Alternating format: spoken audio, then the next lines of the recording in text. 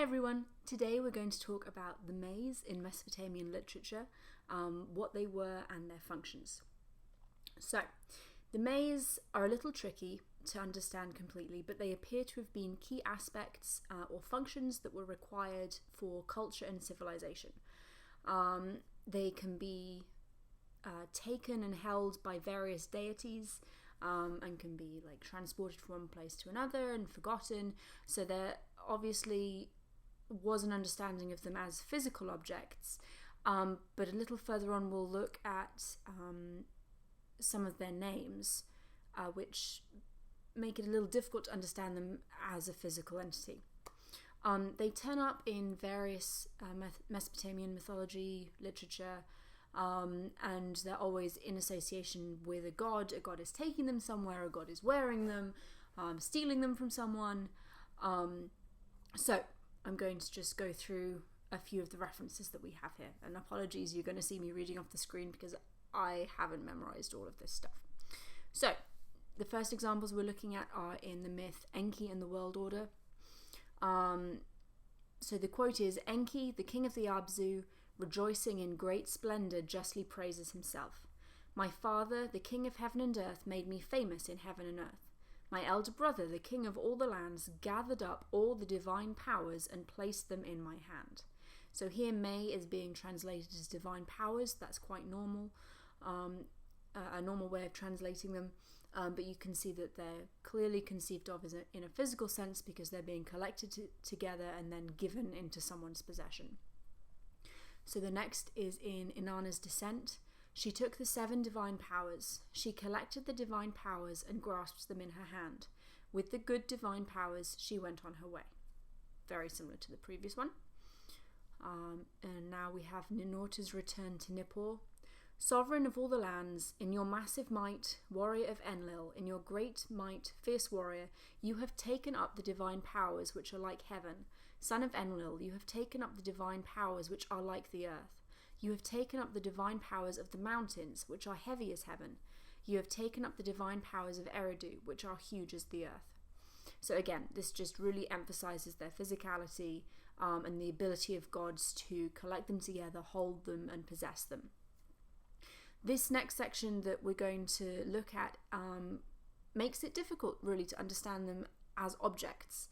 The names, like I said before, the names they have are very abstract concepts, so how they were conceived of as also physical objects is a little difficult for me to grasp, and I suspect for a couple of other people as well. So this is a section of the myth Inanna and Enki, and the goddess Inanna here has visited her uncle Enki in his temple, basically got him drunk, and he has, in his drunken state, given her these divine powers, and she is sailing away with them. "He has given me righteousness." So, sorry, it's Inanna is currently talking. "He has given me righteousness. He has given me the plundering of cities. He has given me making lamentations. He has given me rejoicing. He has given me deceit. He has given me the rebel lands. He has given me kindness. He has given me being on the move. He has given me being sedentary." So you can already see that these are really weird things to have as physical objects. Plundering of cities, how is that a physical thing? But it's something that has been given from one god to another.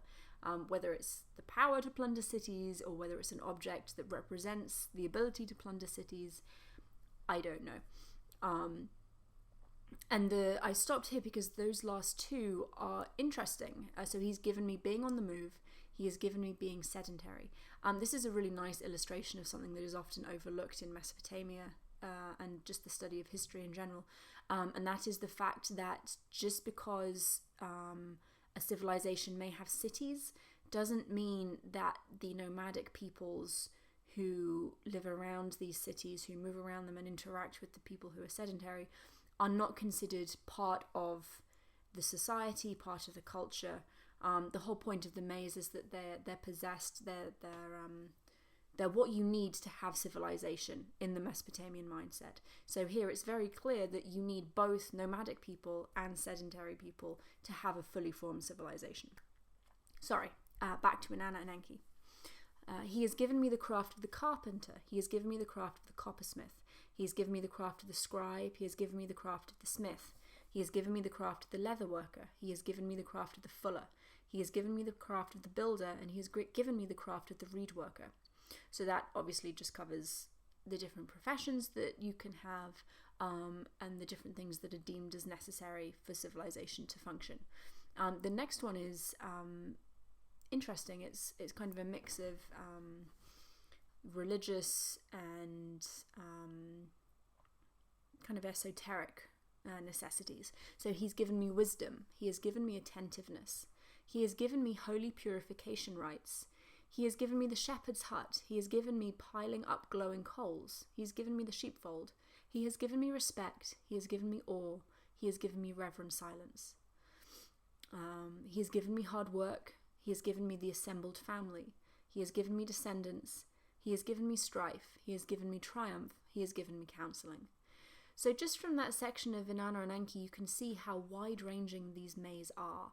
They encompass so much of daily life, but also really abstract concepts like wisdom, the ability to write, religious practices. So they were really, really important. I still don't know how they can be abstract and things that you can gather together and take away. I suspect it's key that you only ever see these in the possession, as far as I'm aware, you only ever see these in the possession of the gods. They're not things generally that are bestowed upon humans. So maybe that has something to do with it.